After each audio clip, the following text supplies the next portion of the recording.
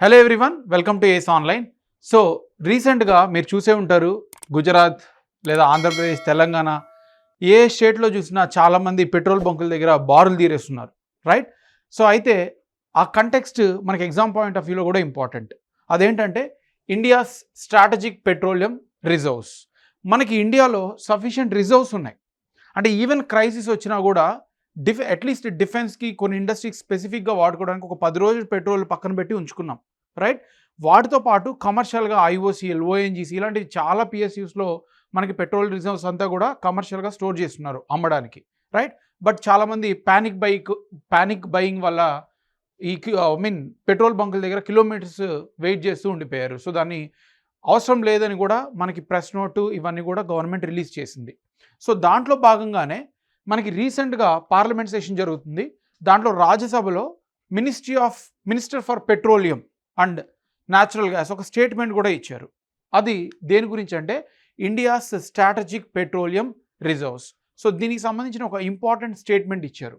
ఆ స్టేట్మెంట్ ఏంటంటే మనకి ఇండియాలో ఎప్పుడైనా అత్యవసరంగా క్రైసిస్ వచ్చినప్పుడు మనకు ఒక 10 రోజులకి కావాల్సిన పెట్రోలియం స్టోర్ చేసుకోవడానికి కొన్ని ప్రదేశాలు ఇండియన్ గవర్నమెంట్ స్పెసిఫిక్గా ఎస్టాబ్లిష్ చేసింది. అయితే ఆ పెట్రోలియం రిజర్వ్స్ ఏవైతే స్ట్రాటజిక్ పెట్రోలియం రిజర్వ్స్ ఉన్నాయో దాంట్లో ఇప్పటి వరకు 2/3 మనకి ఫిల్ అయి ఉన్నాయి అని ఒక స్టేట్మెంట్ ఇచ్చారు. ఆ టోటల్ కెపాసిటీ ఎంత అంటే మనం స్ట్రాటజికల్గా స్టోర్ చేసుకుంటున్నాం. ఐఓసిఎల్, బీపీసీఎల్ ఇవన్నీ కూడా వాటి స్టోరేజ్ ఉన్నాయి కమర్షియల్గా, అంటే అమ్మడానికి. అవి కాకుండా స్పెసిఫిక్గా ఇండియన్ గవర్నమెంటే స్ట్రాటజికల్గా మనకి ఎప్పుడైనా అత్యవసరం వచ్చినప్పుడు కొంత స్టోరేజ్ పెట్టుకున్నారు. ఆ స్టోరేజ్ టోటల్ కెపాసిటీ ఎంత అంటే మనకి 5.33 మిలియన్ టన్స్ మనం స్టోర్ చేసుకోవడానికి total capacity 5.33 millions turns store చేసుకోవడానికి మనకి కొన్ని ప్లేసెస్ ఉన్నాయి. ఆ ప్లేసెస్ ఏంటో కూడా చూద్దాం. సో ఆ ప్లేసెస్ ఏదైతే మనకు 5.33 ఉందో టోటల్ స్టోరేజ్ కెపాసిటీ, అందులో ఇప్పటి వరకు 2/3 ఫిల్ అయి ఉంది. అంటే ఇంకా 1/3 ఖాళీ ఉంది ఫిల్ చేయాల్సినవి అని ఒక ఇంపార్టెంట్ స్టేట్మెంట్ ఇచ్చారనమాట. ఇది 2/3 ఇప్పటివరకు ఫిల్ అయి ఉన్నాయి, 1/3 వేకెంట్గా ఉన్నాయి, అవి కూడా మేము ఫిల్ చేసి పెట్టుకుంటాము అనే ఒక సైన్ లాగా మనకి ఇచ్చారనమాట, ఒక స్టేట్మెంట్ ఇచ్చారనమాట. So that is the context. ఈ పెట్రోలియం క్రైసిస్ వాటితో పాటు ఈ స్టేట్మెంట్ కూడా కొంచెం కన్సర్న్ లాగా రైజ్ చేసింది. అలా దాంతోపాటే ఒక ప్రెస్ రిలీజ్ యాడ్ చేసి ఇదేం లేదు, మనకు కావాల్సినంత సఫిషియంట్ స్టోరేజ్ ఉన్నాయి, ఓన్లీ స్ట్రాటజీకే కాదు కమర్షియల్గా అన్ని పిఎస్యూ స్టోర్ చేసి పెట్టుకున్నాయని ఒక స్టేట్మెంట్ ఇచ్చారనమాట. జస్ట్ 1 or 2 days బ్యాక్ జరిగిన ఇన్సిడెంట్ ఇదంతా. అయితే ఇదంతా మనకి ఎగ్జామ్ పాయింట్ ఆఫ్ వ్యూలో ఇంపార్టెంట్ కాదు, ఇది కంటెక్స్ట్ మాత్రమే, మీరు అర్థం చేసుకోవాల్సిన కంటెక్స్ట్ మాత్రమే. మన ఎగ్జామ్ పాయింట్ ఆఫ్ వ్యూలో ఇంపార్టెంట్ ఏంటంటే అసలు ఈ స్ట్రాటజిక్ పెట్రోలియం రిజర్వ్స్ అంటే ఏంటి, వాటి కెపాసిటీ ఏంటి, అవి ఏ ప్రదేశాల్లో ఇండియన్ గవర్నమెంట్ పెట్టుకోనుంది, రైట్? ఇది మనకి ఎగ్జామ్ పాయింట్ ఆఫ్ వ్యూలో important. So first strategic petroleum reserves అంటే ఏంటి? స్ట్రాటజిక్ పెట్రోలియం రిజర్వ్స్ అంటే ఏవైతే గవర్నమెంట్ కొన్ని ప్రదేశాలు అండర్ గ్రౌండ్లో ఏవైతే అత్యవసరం కోసం నేషనల్ సెక్యూరిటీ కోసం ఏదైతే పెట్రోల్ సేవ్ చేసుకుని ఉందో ఆ రిజర్వ్స్నే మనం స్ట్రాటజిక్ పెట్రోలియం రిజర్వ్స్ అంటాం. ఇవి క్రూడ్ ఆయిల్ అనమాట, డైరెక్ట్ పెట్రోలియం కాదు, క్రూడ్ ఆయిల్. అంటే దాని క్రూడ్ ఆయిల్ని రిఫైన్ చేసేసి మనం కన్వర్ట్ చేసుకోవచ్చు, అది డీజిల్గా యూజ్ చేసుకోవచ్చు, పెట్రోల్గా కూడా యూజ్ చేసుకోవచ్చు అనమాట.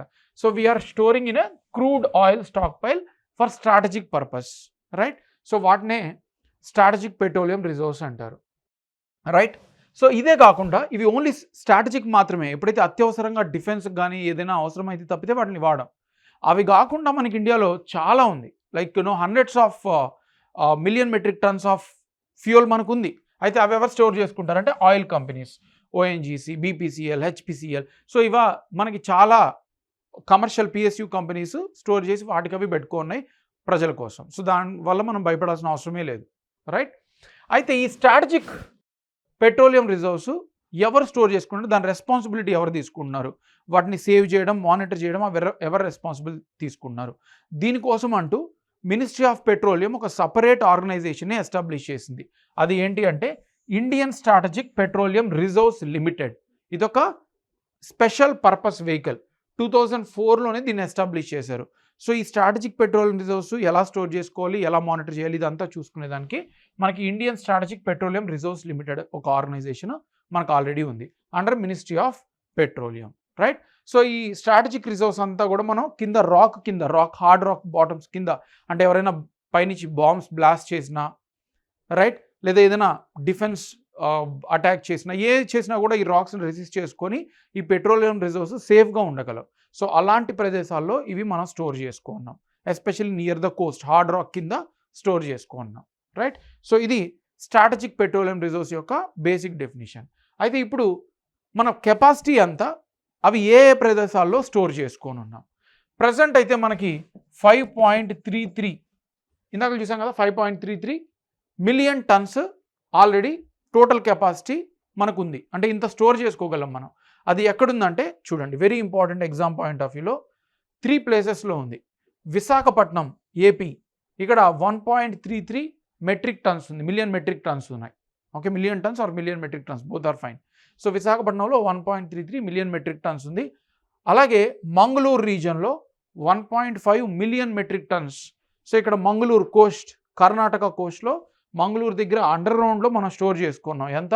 1.5 మిలియన్ మెట్రిక్ టన్స్. విశాఖపట్నంలో ఇక్కడ 1.33 మిలియన్ మెట్రిక్ టన్స్. అదే కాకుండా లార్జెస్ట్ స్టోరేజ్ ఏదని కూడా అడుగుతారు, Padur in Karnataka. So Padur region కర్ణాటకలో 2.5 మిలియన్ మెట్రిక్ టన్స్ స్టోర్ చేసుకున్నాం. సో ఈ మూడు మనం కలిపితే మనకి ఎంత అవుతుంది? 5.33 million metric tons or million tons simply. So ఇంత స్టోరేజ్ మనకు ఆల్రెడీ ఈ ప్లేసెస్లో మన గవర్నమెంట్ స్టోర్ చేసి పెట్టుకోనుంది. ఓకే, వాటితో పాటు అంటే ఈ టోటల్ 5.33 మెట్రిక్ టన్స్ ఏదైతే ఉందో ఇది ఆల్రెడీ బిల్ట్ స్టోరేజ్, బట్ అది ఫుల్ అవ్వలేదు, 2/3 ఫిల్ అయ్యింది, ఇంకా 1/3 ఖాళీ ఉంది, రైట్. సో ఈ 5.33 కానీ మనం ఫుల్గా ఉంది అని అంటే అది ఎన్ని రోజులకి యూజ్ చేసుకోవచ్చు అంటే మన ఇండియాకి సరిపడే 9.5 డేస్ సరిపడే అంత పెట్రోల్ మనకి ఉంది రెడీగా. అట్లీస్ట్ 10 రోజులకి మనం ఇంక ఏ ఒక్క లీటర్ కూడా యాడ్ చేసుకోకపోయినా మనకు కావాల్సినంత 10 రోజులకు కావాల్సింది పక్కన పెట్టుకుంది ఇండియన్ గవర్నమెంట్. అదే కాకుండా ఆయిల్ కంపెనీస్తో ఇంకా ఎక్స్ట్రా ఉంది. ఓకే, అయితే 2021లో గవర్నమెంట్ ఇంకొక అనౌన్స్మెంట్ చేసింది. ఇదేంటంటే ఇప్పుడున్న 3 ప్రదేశాలు కాకుండా ఇంకొక 2 ప్లేసెస్లో మేము బిల్డ్ చేయబోతున్నాం. సో అవి ఏంటంటే ఒడిస్సాలో చందీఖోల్ అనే ఒక రీజన్లో మేము 4 మిలియన్ మెట్రిక్ టన్స్ ఇంకా స్టోరేజ్ చేయబోతున్నాం. అంటే ఇంకా ఒక వారంకి సరిపడే ఎక్స్ట్రా యాడ్ చేయబోతున్నాం. ఆల్రెడీ ప్రాసెస్లో ఉంది, కన్స్ట్రక్షన్ బిల్డ్ అవుతూ ఉంది. సో ఎక్కడది? చాందీఖోల్ ఒడిస్సాలో ఇంకొక storage, blue colour one, new storage. అదే కాకుండా ఆల్రెడీ మంగళూరు దగ్గర మనకి ఏదైతే ఉందో అక్కడ ఇంకొక స్టోరేజ్ 2.5 పడూర్, మంగళూరు దగ్గర ఉంది, ఇది పడూర్ రీజన్. సో ఈ మంగళూరు పడూరు పక్కనే ఉన్నాయి. సో ఈ పడూర్ మంగళూరు దగ్గర ఇంకొక 2.5, ఆల్రెడీ 2.5 ఉంది, ఇంకొక 2.5 కూడా మేము బిల్డ్ చేస్తున్నాం. సో ఇప్పుడు బిల్డ్ ఉన్న ప్రాసెస్ ఏంటి, ఇవి ఇంకా రెడీగా లేవు, బట్ కన్స్ట్రక్షన్ ఆల్మోస్ట్ రెడీ అవుతుంది. Chandikhol in Odisha and 2.5 million metric tons again in Padur, right. So Mangaluru దగ్గర పడూర్ రీజన్లో ఇంకొకటి మనం బిల్డ్ చేస్తున్నాం. Fine, Odisha and Padur region. అది కాకుండా రీసెంట్గా మళ్ళీ 2025లో ఒక స్టేట్మెంట్ ఇచ్చారు.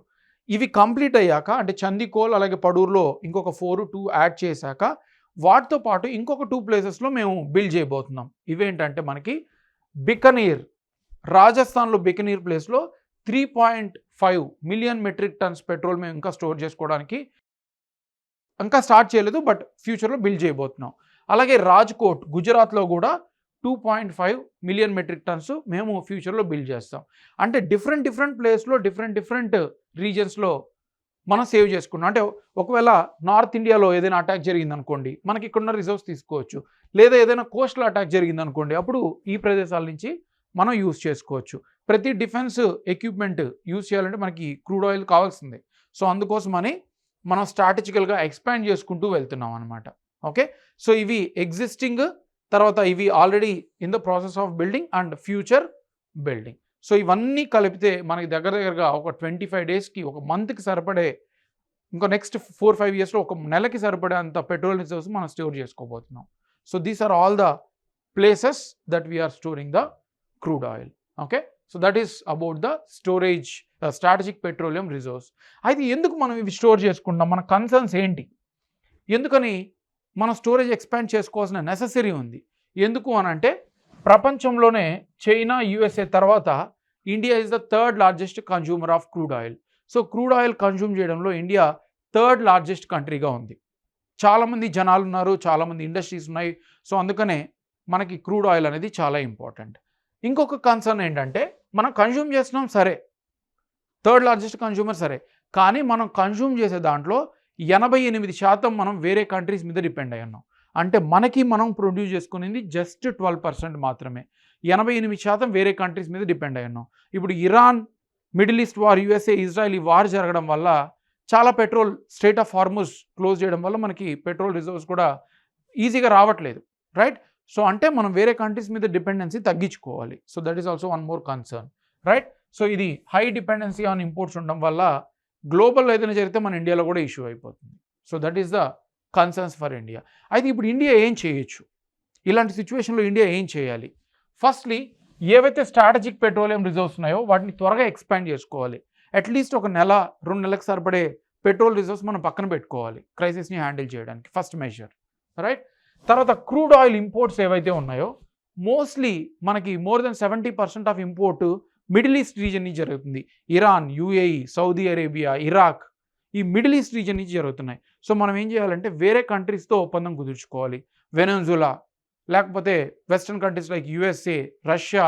సో మనం ఇంపోర్ట్స్ అనేవి డైవర్సిఫై చేసుకోవాలి, ఒక పర్టికులర్ కంట్రీస్ మీద డిపెండ్ అవ్వకూడదు. So that is the second measure. Next, OPEC organization for petroleum export countries.